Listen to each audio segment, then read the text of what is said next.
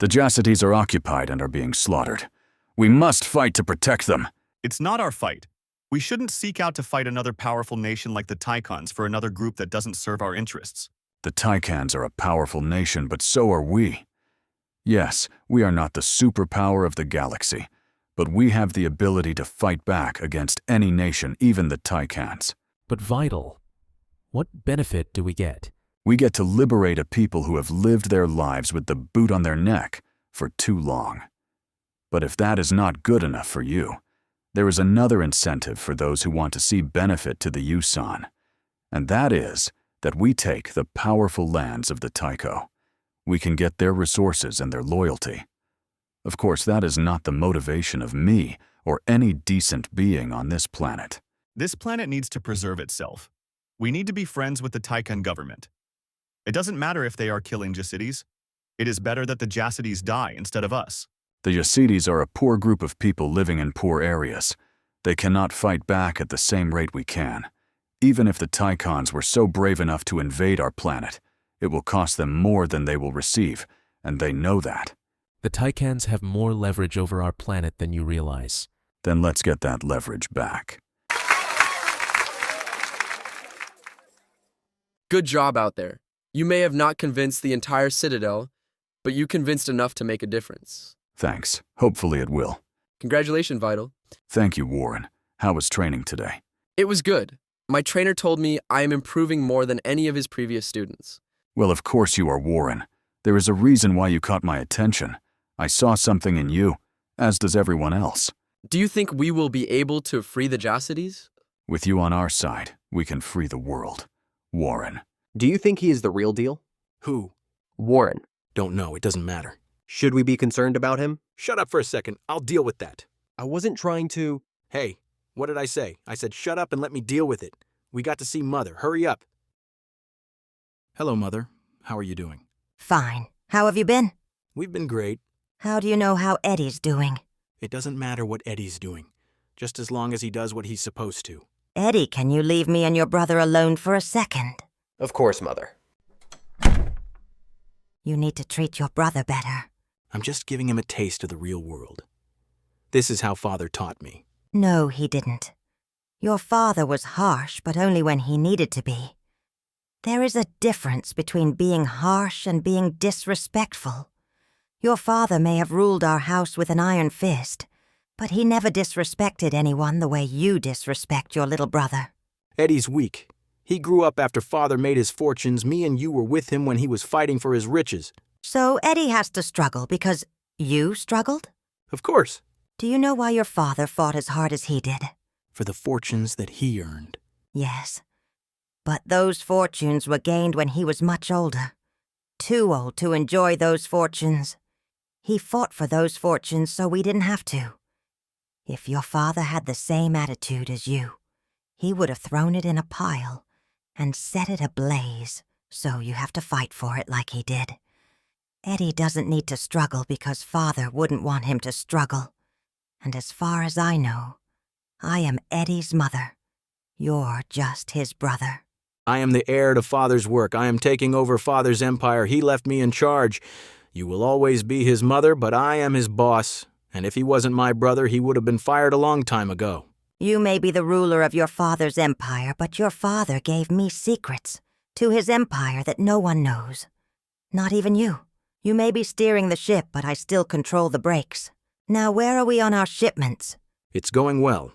The Chiratis have agreed to increase payment. It seems they are sympathetic to the embargo that the Vilanans imposed on us. It's good to find friends in this hour. I wouldn't say we are friends. The Chiratis wants Vilanan's throne. He's just teaming up with whoever the Vilanans don't like. The Chiratis are at war, and they are desperate. We could double our price, and they'll still pay. Word is that their enemy is almost as bad as the Tycons. I don't know how you can be worse than the Tycons. I got friends undercover in the Bax Dios alliance.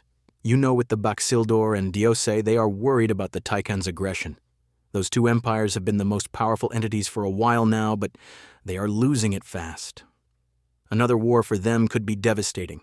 Even though they support the Jacities are in trouble. It seems the new regime is doubling down on them.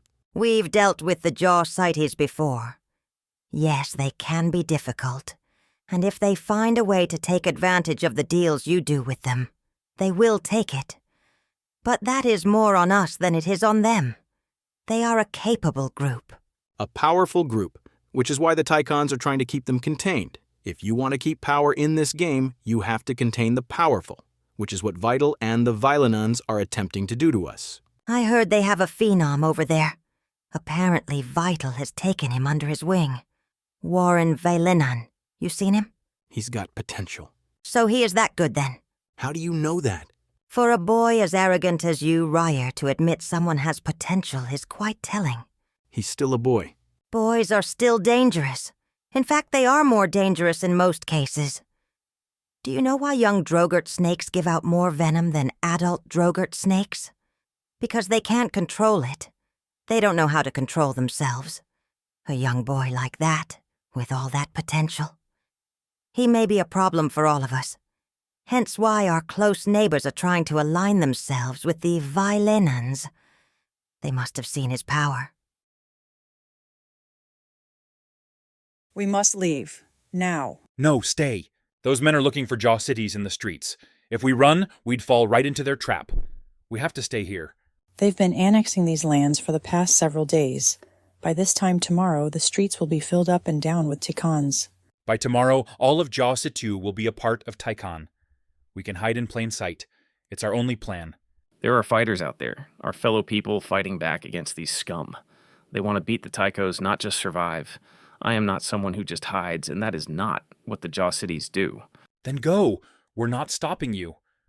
But where is your gun? Where is your armor? You can go and sacrifice yourself to kill one Tycon.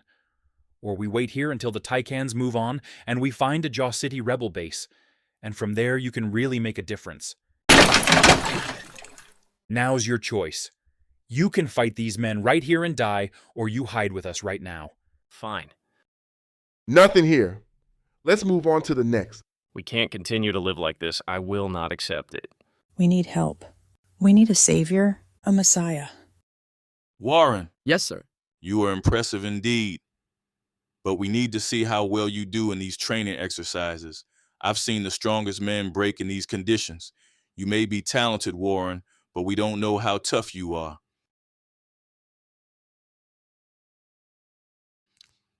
I must say, Vital, I've been conducting this test almost every day for almost 45 years, and I have never seen someone like Warren before. That is excellent to hear. No, Vital. I mean, it's not that he is breaking all the records. He is doing what we thought was never possible.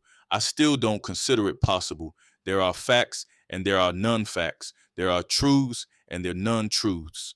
Okay. It's not that Warren is proving the non-truths to be in fact true. It's that the laws of the universe stays the same. What we know to be impossible is still impossible, but we know to be facts are still indeed facts. But Warren has the ability to break that law at will, and easily too. You are not saying that. Vital, Warren is... The chosen one? No. No? Warren isn't the chosen one. He is closer to the ones who do the choosing. The Tycans are having a border crisis with every neighboring planet. They've almost annexed the whole planet of Yorfug. The only places they haven't annexed are too weak to beat them. They can hurt them. Hurt them, but exterminating themselves in the process. It's no point. We need to negotiate with Zutlan. Zutlan is not someone to negotiate with. He is taking the Tycan army to its finest form for a reason. Why else would you increase the spending of your military if you aren't planning on using it for something bigger than just neighboring civilizations on your planet? Don't you think we should negotiate with him? While we negotiate with Zutlan, he's slaughtering thousands of Jaw cities. Since when did you suddenly care about other civilizations? You just use the slaughter of other civilians to kill other civilians. How dare you? Enough of this back and forth. What about the Valenons? I've talked with Vital. He's trying to convince the Senate to get into the war. Look, if the Valenons fight the Tycans, then we can still remain the power of the galaxy. The Valenons will suffer greatly if they beat the Tycans. We don't have to spend any money or soldiers, and our worries go away. You obviously haven't heard the news. What news? The boy? Yes, of course I heard about the prodigy, but Warren is just a kid. Sure, he's quite powerful, but he is not something... He's the one. The what? The creator incarnated. We got the news. His test results are sending shockwaves across this known galaxy, just like he will be able to do in the near future. There is no way. No man can do this, let alone a boy. I've been in close contact with Vital. He confirmed Warren's ability. I've seen Warren's ability. The news is hard to believe, but at the same time, after seeing what he is able to do, it doesn't surprise me. So what does this mean? Why argue about any issue anymore? If the creator is back, why not just send him to Tycan and finish it? Someone this young, with this ability, needs to be mature enough to handle it. You just said he's the creator incarnated. I think he's mature enough. I meant it as a metaphor. He has the ability of the creator, but he's still a boy. In terms of mannerisms, he's no different than any other boy or girl his age. Well then, let's not waste any time. We need to get in contact with Vital and see if he needs any assistance with his protege.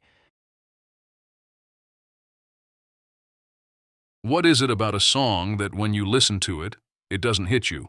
But then one day you listen to it, and I don't know if it's the feeling that you have or something you just went through, but that one time you listen to it, you finally understand it. Even if you truly don't understand the message of the artist, you understand it in your own way, the way that works for you.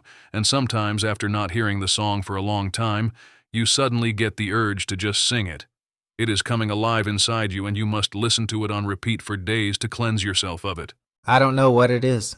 I guess it's just for all things. Sometimes you think of a woman that you haven't thought about in ages, and one day she just appears in your head and you can't get it out. Or speech, a painting, a movie, or something that someone said. Well, I can't speak for the rest, but the times a quote pops in my head is usually when I'm pondering something that relates to it, like it just summons it. A summoning, a conjuring.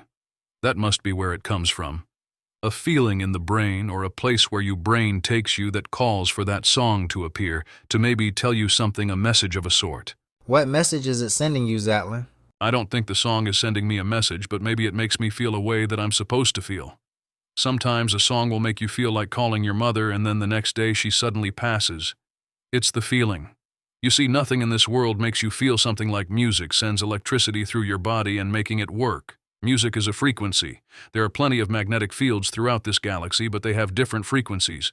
It's only when that frequency can find a match with something else can the electrons find a home. Noise comes from vibrations. When it's just a random frequency, it's just meaningless noise. But when that vibration is in a pattern, it becomes music.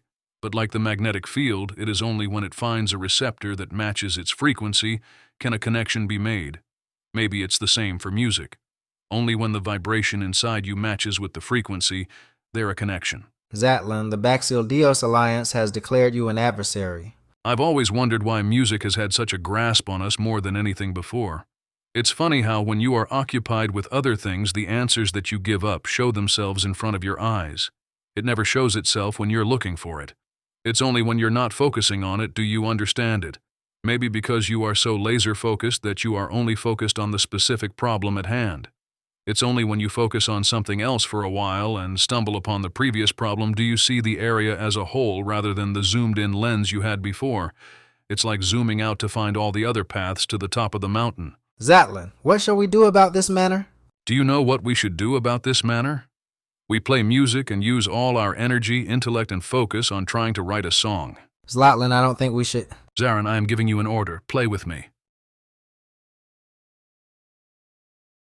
Harder. I said harder. Hey, when I tell you harder, I mean you use every ounce of effort left, and when you have absolutely no energy left, you get back up and grab energy from the air, harness it, and use it all, and you repeat this process over and over and over again. Got it? Got it? I got it. Look at me. I said, I got it. You don't raise your voice to me. You're still a little boy, Eddie. You're almost Warren's age, and he is 1,000,000 times the being you are. Don't dare get an attitude with me. You are nothing compared to me. Got it? I got it. I'm sorry. Not good enough. You want me to accept your apology, go out and take the planet over without me or Mom having to do any work. It's a shame you carry the same name as Father. Warren, may I speak to you, please? Of course, Sir Vital. Sit. I need to explain to you something important. You know, when I found you almost buried in a pile of rubble after the Tychon invasion, I knew in that moment you were special. I don't know, but something told me that you, this boy who had just lost his family, covered in ash, in the middle of the horror, was going to be someone that will change everything. Every accomplishment you made has not surprised me, because I knew you were special. But I got news today. Your test results. We looked it over, brought to everyone in the Senate and all the leaders and experts. We looked through every corner, double-checked, triple-checked, but we all still came to the same conclusion. Warren, you are the one. The next one. What do you mean, next one? This galaxy has gone through many stops and starts, resets, if you will. In order for our world to evolve, the current one must be destroyed. A collapse. No one wants to be there for the collapse, but the collapse must happen in order for the next new and improved one to take over. But in order for the rest to take place, there needs to be someone to rebuild it. Someone to withstand the mighty, to brace the impact and fight against it. If something is broken and doesn't get repaired, it's not a reset. It's just broken. Dead. Our planet has not been dead yet, but it has gone through resets, where we've barely survived. Many planets haven't achieved this. It is said amongst the elite in all the empires, orbits, planets, that the next reset is coming, and it will be more devastating than ever. Not only our planets, or our neighboring planets, but the whole galaxy itself will fall. Like dominoes. That is why everything feels chaotic, a sort of last effort of nothing to lose. But you, Warren, you are the one to fight against it. What is it, though? I don't know what that is. It's the laws of our universe. The smallest particles in the air to the biggest black holes, it is all the same. It is alive and it is conscious. And every so often it will eliminate those who it deems not fit for its liking. If the universe itself wants everything destroyed, then why fight it? Doesn't it know what it is doing? There is no shame in fighting God. In fact, it may be honorable. Is there shame in a small man refusing to fight a larger man who seeks to destroy him? Is there shame in a gazelle fighting back against the lion who hunts him? Is there shame in Jaw Cities fighting back against the murdering Tychon army? Just because the powerful want you dead doesn't mean you have to obey. The only advantage the powerful have over you is that they know they are powerful, but you don't. And you, Warren, you have the power to fight against the universe and win. Are they gone? I think so. What do we do now? We look around, try to find some food, maybe some clues for where the rebel base is. Why did the Tychons all leave? This town is obviously not that important strategically. It seems like they just came to gather the Jaw Cities. Maybe they were looking for something. They looked everywhere, couldn't find it, so they moved on. Well, if they looked everywhere, they would have found us. Maybe they aren't looking for Jaw Cities. Then why are they gathering them all up? I don't know. Keep them contained so we don't fight back. I mean, they are invading. Think about it when you're looking for supplies. That is our main focus. We'll meet up here tonight before sundown. I think we need more tempo. A faster tempo. Faster? Faster. It's going too slow for the rhythm of the piano. You see, when the piano is going at this fluid pace, it leaves spaces, a sort of void, every few beats or so. If we increase the tempo of the drums, it will fill those spaces, creating a symbiotic feel. Everything is timing. A fast-paced tempo isn't always meant to be for fast-paced songs, and slow tempo isn't always meant for slow-paced songs. The best way to know what tempo fits with what is to feel it. Feel the music in you, and without even thinking, your body will react naturally. It will clap its hands, move itself naturally to the song. Our dancing is the best metronome to the songs we listen.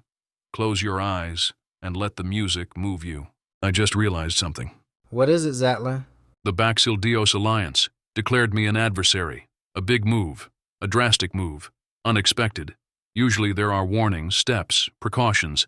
It is a sign of panicking. They are moving too fast. Their rhythm is too fast. Like the music we play, if we match their speed, it won't fit. It will be a clutter, a mess.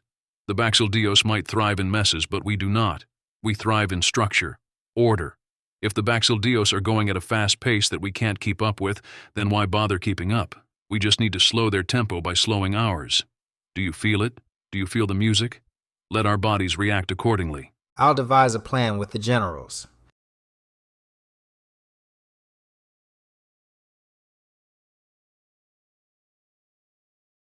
Did you make it here safely? If I didn't, I wouldn't have showed up. You should hurry. The less time we spend together, the less suspicious we are. Okay, so did you get anything? Get word back to Baxildios. Zatlan is not conceding. War is coming. I'll give them more details when it arrives.